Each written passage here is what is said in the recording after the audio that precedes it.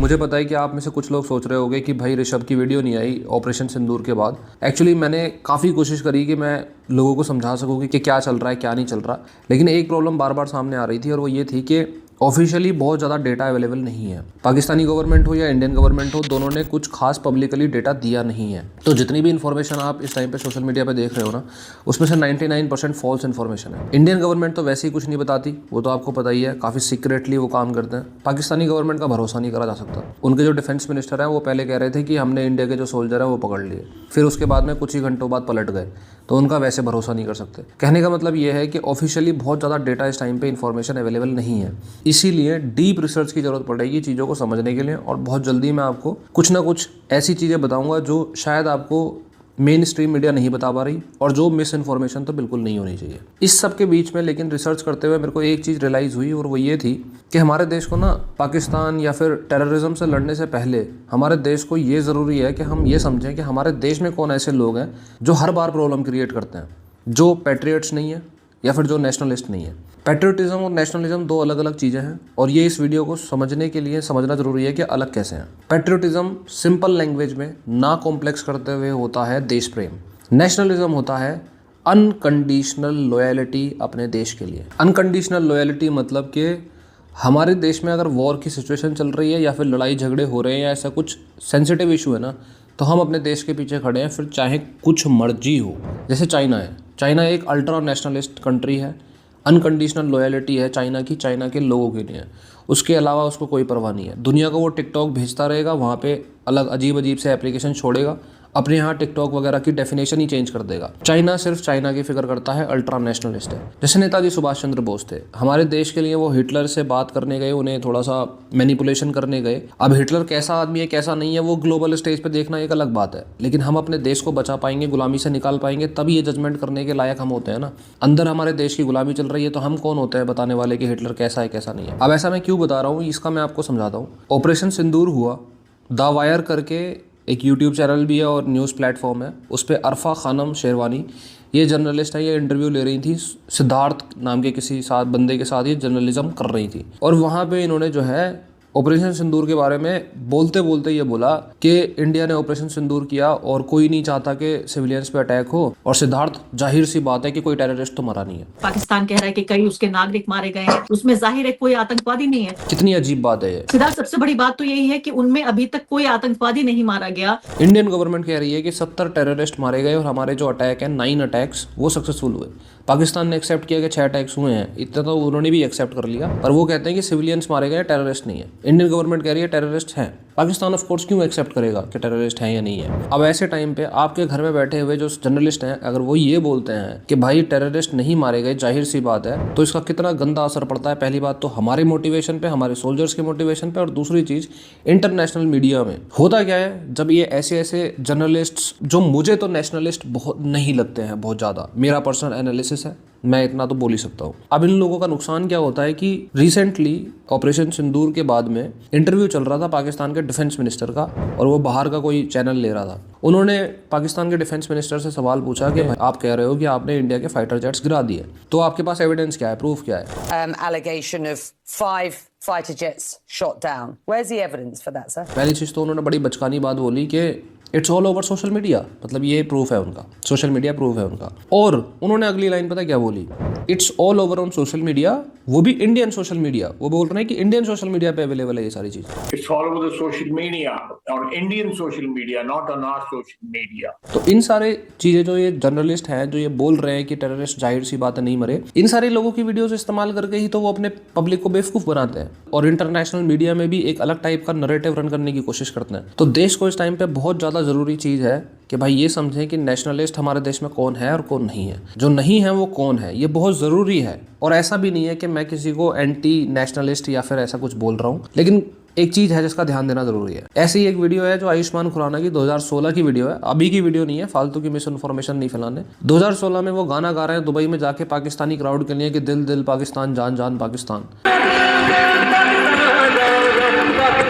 Video भले ही 2016 की है, लेकिन ऐसा नहीं है कि इंडिया जो है पाकिस्तान के साथ 2016 में बड़ा दोस्त था या फिर उस टाइम पे टेररिस्ट एक्टिविटीज़ नहीं हो रही थी। उरी की जो अटैक हुआ था वो 2016 में ही हुआ था, सर्जिकल स्ट्राइक 2016 में ही हुई थी। तो क्या मतलब है दिल दिल जान जान पाकिस्तान गाने का? अब एट द सेम टाइम हमारे क्रिकेटर्स, हमारे सिंगर्स, हमारे जो आर्टिस्ट हैं, इनकी अजीब ही कहानी रहती है, दांत दिखा रहे होते हैं, रील बना रहे होते हैं। देखो, समझदारी की बातें करते हैं। क्या हमें पाकिस्तानी सिविलियन से कोई प्रॉब्लम है या उन्हें हेट करना चाहिए? बिल्कुल नहीं।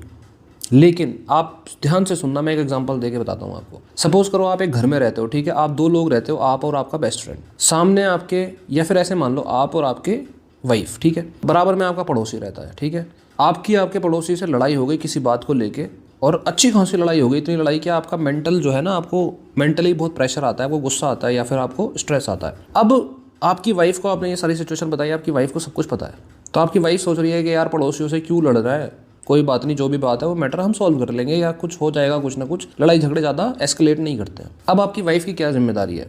लड़ाई झगड़े नहीं करने ऑफ कोर्स, लेकिन अगर आपकी वाइफ जो है वो पड़ोसियों के घर में जाके वहाँ रील बनाएंगी, वहाँ जाके दांत दिखाएंगी या वहाँ एंजॉय करेंगी, तो ये कितना बड़ा धोखा है या फिर इनजस्टिस है हस्बैंड के साथ, है कि नहीं है? और यहाँ पे जो हस्बैंड है ना, वो हमारे इंडियन सोल्जर्स हैं जो बॉर्डर पे खड़े हैं। अगर आर्टिस्ट जो है वो दोस्ती करेंगे या फिर क्रिकेटर्स दोस्ती करेंगे या फिर सरहद जो है वो आर्ट के बीच में नहीं आती, तो आती किसके बीच में है? सिर्फ सोल्जर्स के बीच में। मैं ये नहीं कह रहा हूँ कि वाइफ जो है उसको वहाँ जाके लड़ाई झगड़े करने हैं दूसरे पड़ोसियों के साथ, नहीं। सिंपल रिलेशन, बातचीत अवॉइड करनी है, अगर ज़रूरी हो जाए तो बात कर लो प्रोफेशनल तरीके से, वरना मत करो। ये सिंपल तरीका है। क्यों? ताकि अपने हस्बैंड का जो रेस्पेक्ट है, उस आपका सेंस ऑफ ग्रेटिट्यूड होना चाहिए, वो मेंटेन रहे। ऐसे ही हमारे सोल्जर्स का सेंस ऑफ ग्रेटिट्यूड मेंटेन रहे। हमें कोई शौक नहीं है नफरत करने का या लड़ाई करने का। यही मैं कह रहा हूँ कि ये जो नेशनलिस्ट की भावना जो लोगों में नहीं है ना, इसको चेक करना बहुत ज़रूरी है इंडियन गवर्नमेंट द्वारा। अब एक और बात आती है कि पहली चीज़ तो ये है कि नेशनलिज्म का टॉपिक इतना इंपॉर्टेंट बन कैसे गया। एक तो पैट्रियोटिज्म होता है ना, देश प्रेम, बात खत्म, वहीं पे बात खत्म हो जानी चाहिए थी। ये भी आपको समझाऊंगा, बहुत ही इंटरेस्टिंग चीज़ है और सरप्राइजिंगली इंटरेस्टिंग है, होनी नहीं चाहिए थी। खैर वो बताऊं उससे पहले, एक हमारे रवीश कुमार हैं, उन्हें पता नहीं क्या कौन सी प्रॉब्लम है उनको कि वो पूछ रहे हैं कि ऑपरेशन सिंदूर में सिंदूर जो है वो किसने नाम रखा? मोदी जी ने नाम रखा, गोदी मीडिया चिल्ला चिल्ला के बता रही है। सेना और सरकार की प्रेस कॉन्फ्रेंस में ऑपरेशन सिंदूर ही कहा गया, लेकिन यह नाम किसने रखा, कैसे रखा गया, क्यों रखा गया, इसके बारे में नहीं बताया गया। आखिर गोदी मीडिया को कौन सूत्र बता रहा है कि ऑपरेशन सिंदूर का नाम प्रधानमंत्री मोदी ने रखा? क्या सूत्रों की अलग से कोई प्रेस कॉन्फ्रेंस चल रही है? इस टाइम पे गोदी मीडिया चाहे अपने स्टूडियो में फावड़े लेके जमीन खोद के एक पूरा का पूरा पेड़ उगाते हैं, तुम्हें क्या मतलब है? इस टाइम पे देश के पीछे खड़े होने का टाइम है या फिर ये फालतू की चीज़ें करने का टाइम है? ये करने के लिए पूरी ज़िंदगी है हमारे पास। अब मैं आपको समझाता हूँ ये नेशनलिज्म वाली चीज़ कहाँ से आती है। देखो, नेशनलिज्म की चीज़ आती है मेनली यूरोप से। एक्चुअली हमारे देश में क्या है ना, हमारे देश में कुछ ऐसे लोग हैं जिनका बचपन का सपना था, जब से वो छोटे थे, कि उन्हें अंग्रेज़ बनना है, उन्हें जेंटलमैन बनना है। Jack and Jill went up the hill to fetch the, वो वाले टाइप के अंग्रेज़ बनना है उन्हें। अब अंग्रेज़ बनने के लिए आपको क्या करना है? आपको अंग्रेज़ों की चीज़ों को एडमायर करना पड़ेगा।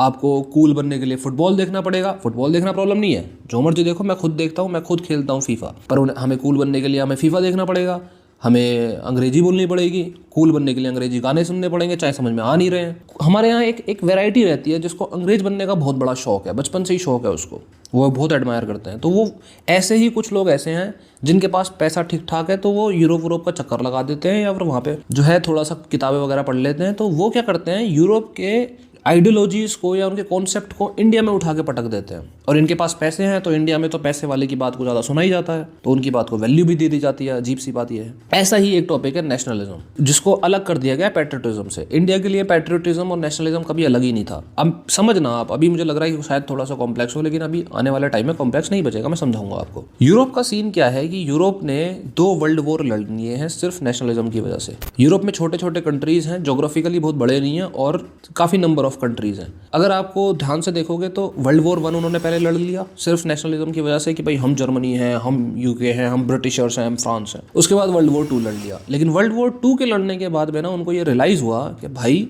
पहली चीज़ तो न्यूक्लियर अटैक हुआ था वर्ल्ड वॉर 2 में, वो इतना बड़ा इशू मेरे को नहीं लगता यूरोप के लिए है, या हो भी सकता है, छोड़ो चलो वो बात नहीं करते। पर वर्ल्ड वॉर 2 के बाद एक चीज़ हुई कि पहला तो यूके जो था ना, ब्रिटिशर्स, ये सबसे स्ट्रॉन्गेस्ट थे उससे पहले, है ना, दुनिया में, ये नहीं बचे स्ट्रॉन्गेस्ट, यूएसए बन गया। दूसरा फ्रांस, जर्मनी, ये भी स्ट्रॉन्गेस्ट थे, उस सेकंड थर्ड नंबर पे आते थे, ये भी नहीं बचे, उसकी जगह रशिया, सोवियत यूनियन बन गया।